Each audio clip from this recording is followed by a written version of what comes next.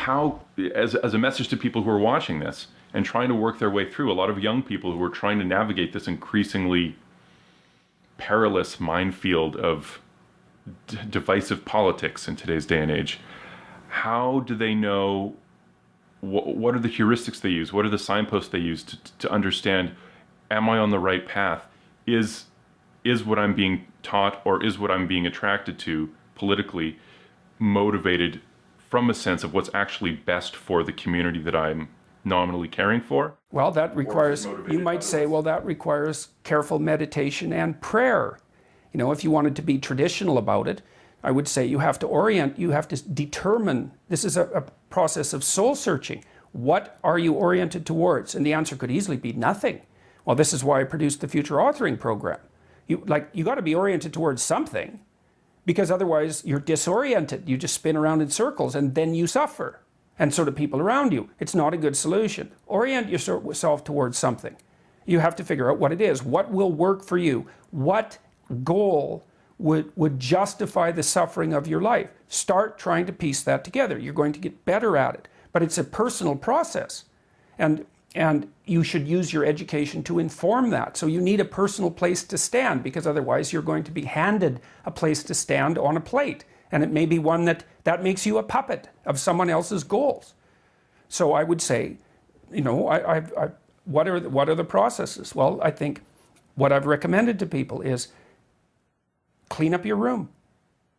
That's a good start. Organize your local landscape. Schedule your time. Start taking control of yourself. See if you can stop saying things you know to be lies. That's not the same as telling the truth. You don't get to do that to begin with because you're not good enough at it to even attempt it in some sense. But everyone can stop saying things they know to be falsehoods. They can use their own damn definition of falsehood. Right, but in your definition, importantly, I think, in your definition, falsehood includes the higher level moral truth. Yes, it's living wrong. You can say something that is literally true, but of course, like you said earlier, it's a black truth in the sense that at a moral level, you're saying something to cause a social effect that is actually negative. I would say stop saying things that violate your conscience instead of stop saying things you know to be untrue, because we run into the truth problem. But I would say stop, here's another idea, stop saying and doing things that make you feel weak. Just all you have to do is pay attention to that. Some things you do will make you feel disintegrated. It's a physiological sensation. Disintegrated and weak. It's something that Carl Rogers commented on. He thought about that as part of, now I can't remember the word. It's something like integrity, but that isn't the word he used. But some things improve your integrity and some things disintegrate you.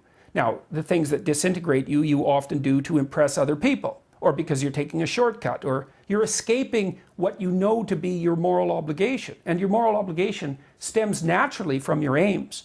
Like once you have aims, you have moral obligations.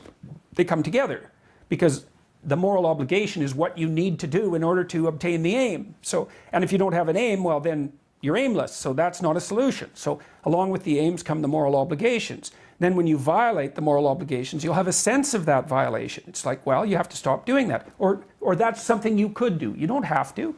You don't have to do any of this. But I would say that's where people should start. You start small. It's not small. You think it's small. It's not small. I had a girl come up to me last night at the end of my talk, and this happens all the time. She said, I started cleaning up my room last year, and it completely changed my life. She said, your room is an externalization of your mind. And that's right. That's exactly true. To the degree that you're in your room, the room is you. Now, that isn't how people think, but that's okay. It doesn't matter if they think that way. That's how it is. So straighten up what you can straighten up and quit saying things that make you feel weak. And then you'll know what to do next.